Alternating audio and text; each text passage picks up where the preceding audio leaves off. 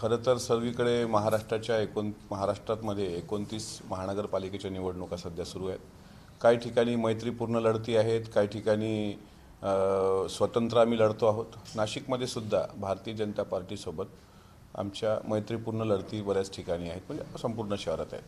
आणि आम्हाला विश्वास आहे की आदरणीय उपमुख्यमंत्री अजितदादांचा विकासात्मक चेहरा पुणे असेल, पिंपरी चिंचवड महानगरपालिकेच्या निवडणुकीपासून अगदी आमच्या संपूर्ण 29ही महानगरपालिकेच्या निवडणुकीमध्ये तो डोळ्यासमोर ठेवून आम्ही या निवडणुकीला सामोरं जात आहोत.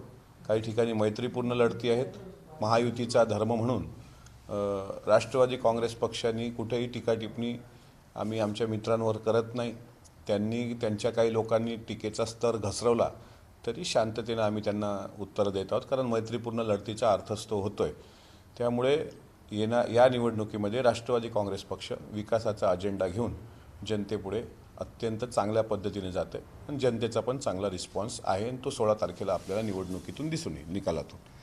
मुख्यमंत्र्यांची काल मुलाखत झाली, पुण्यामध्ये गिरिजा वगैरे मुलाखत घेतली. त्यावेळेस त्यांचं असं म्हणणं होतं की अजितदादा हे बोलतात आणि कुठेतरी आता निवडणुकीचं चित्र स्पष्ट होतं म्हणून तुमचा तोल ढासळत चालला आणि तुमच्याकडे टीका केली जाते, अशा स्वरूपाचा आरोप मुख्यमंत्र्यांनी.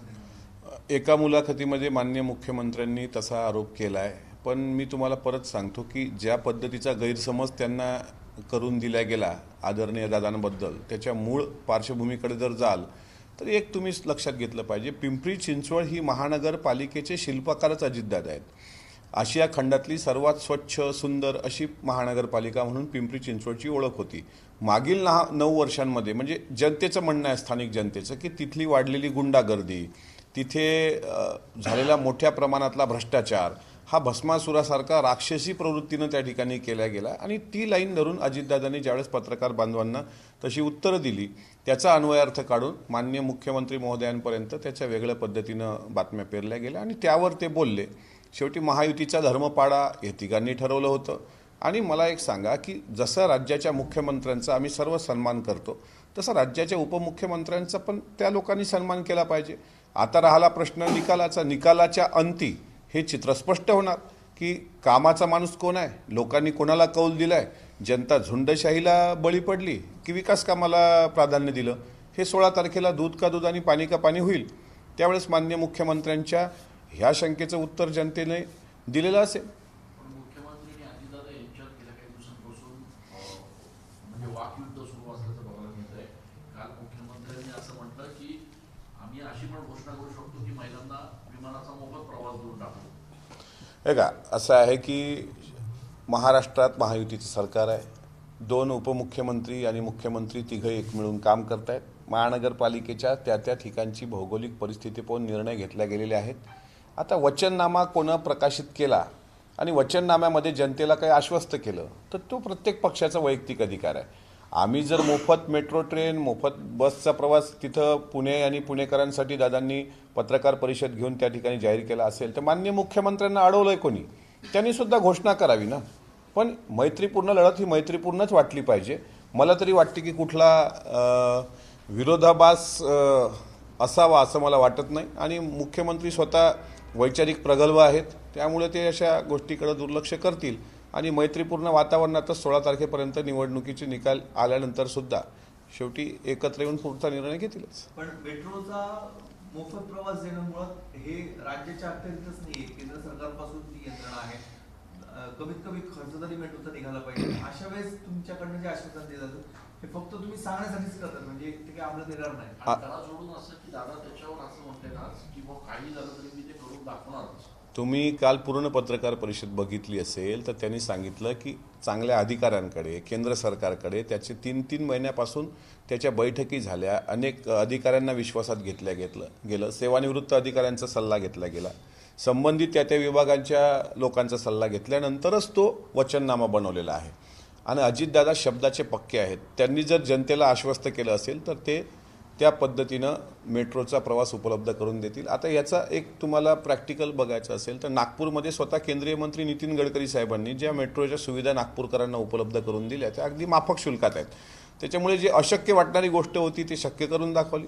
केंद्र सरकार आणि राज्य सरकार मिळूनच हा जो वचननामा अजितदादांनी जाहीर केलेला आहे त्यातून अजितदादा दिलेला शब्द पाळतात हे अख्ख्या महाराष्ट्राला माहीत आहे. त्याच्यामुळे त्यातला एकही शब्द मागं पुढं जाणार नाही. पुणेकरांना दिलेल्या शब्दाचं पालन होणार. मग तो केंद्र सरकारच्या अखत्यारीतला मुद्दा असू द्या किंवा राज्य सरकारच्या अखत्यारीतला मुद्दा असू द्या. मध्यंतरी एक चर्चा आलेली होती की अजितदादा म्हणजे सहभागी करून घेण्यासाठी आग्रही आहेत. काय नेमकं त्या चर्चेचं पुढे झालं? प्रत्येक पक्षाचा एक पार्लमेंटरी बोर्ड असतो. आदरणीय पवारसाहेब हे ज्येष्ठ नेते आहेत. आता ठीक आहे, पुणे आणि पिंपरी चिंचवड महानगरपालिकेमध्ये तुतारी या चिन्हासोबत राष्ट्रवादी काँग्रेस पक्षाची युती आहे.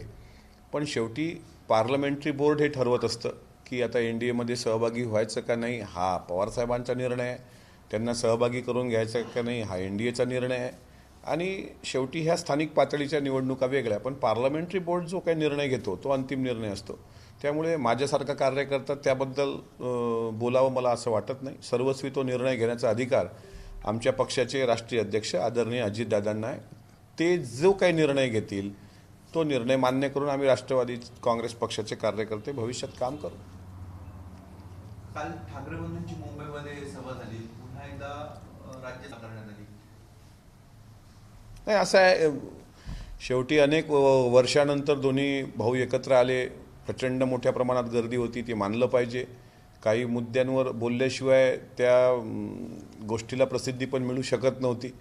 प्रश्न असा आहे की याच्यापेक्षा मोठ्या सभा आज ठाण्याला पण कदाचित त्यापेक्षा मोठी सभा दोघा भावांची होईल. त्यांना तर आम्ही शुभेच्छा दिल्यात दोन्ही भाऊ एकत्र आल्यानंतर. पण अजितदादांवर टीका केल्याशिवाय आपल्या या सभेला कुठं प्रसिद्धी मिळणार नाही हे दोघाही भावांना माहीत आहे, कारण ते खूप हुशार लोक आहेत दोन्ही माणसं. त्याच्यामुळे प्रश्न असा आहे की गर्दी जमवणं आणि त्या गर्दीचं मतात परिवर्तन होणं हे दोन वेगवेगळ्या बाबी आहेत. कालच्या सभा, त्यांच्या आजच्या सभा किंवा अंतिम निवडणुकीच्या सभा संपेपर्यंतच्या काळात ज्या काही सभा दोन्ही भावांच्या होतील त्या मतात किती परिवर्तित होतात. अजितदादांवर टीका करण्याची एक अलीकडे फार मोठा ट्रेंड महाराष्ट्रात आला आहे की कोणी उठलं का दादांवर टीका करतं. आणि तुम्ही कशाला पिंपरी चिंचवडचं उदाहरण घ्या. ज्याला अजितदादांनी कार्यकर्ता म्हणून तयार केलं तो एकेरी भाषेमध्ये बोलायला लागला. म्हणजे त्याला अशा लोकांना बोलल्यानंतर प्रसिद्धी मिळते. म्हणून कालच्या सभेला थोडासा आणखी ग्लॅमर आणण्याकरता अजितदादांवर टीका झाली.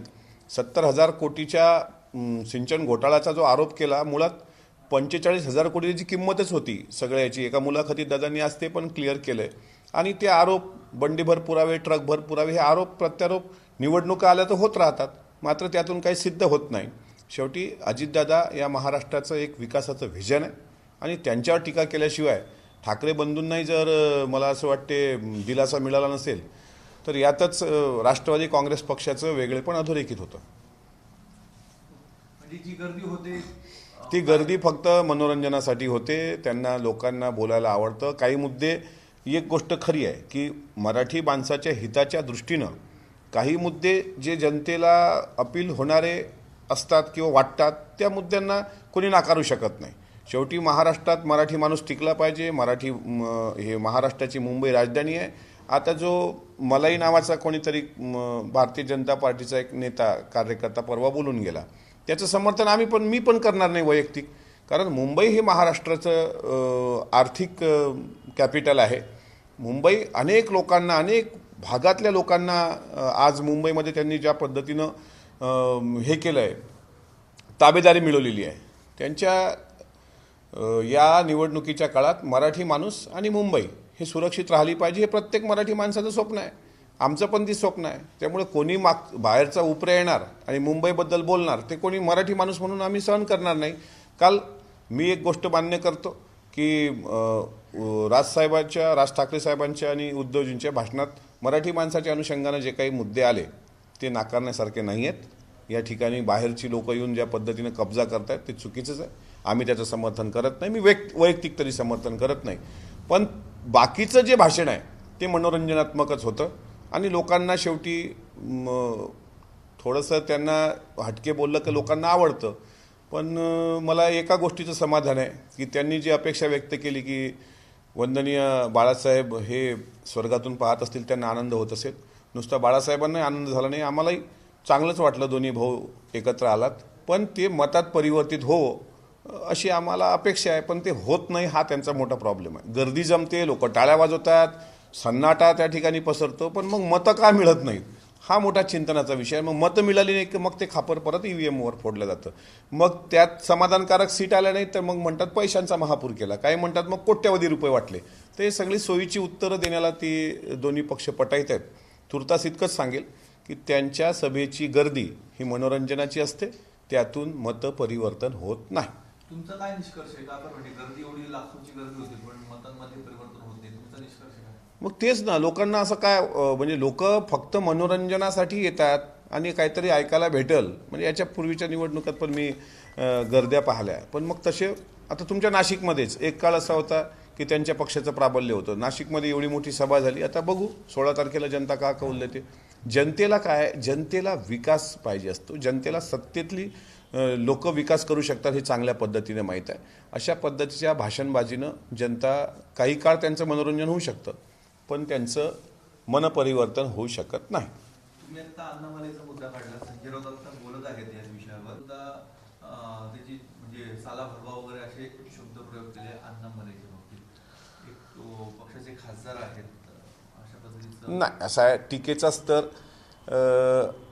ते काय आता काल अण्णामलाई त्यांचं नाव, त्यांच्या आता संजय राऊतांची ती वैयक्तिक त्यांची टीका आहे. त्याबद्दल त्यांना जाब विचारला पाहिजे. शेवटी ते एका पदावर आहेत. महाराष्ट्राची ही संस्कृती नाही. आपण नेहमी सांगतो शिवशाहू फुले आंबेडकर आणि यशवंतराव चव्हाण साहेबांचा महाराष्ट्र आहे. त्यामध्ये अशी संस्कृती बिघडता कामा नये.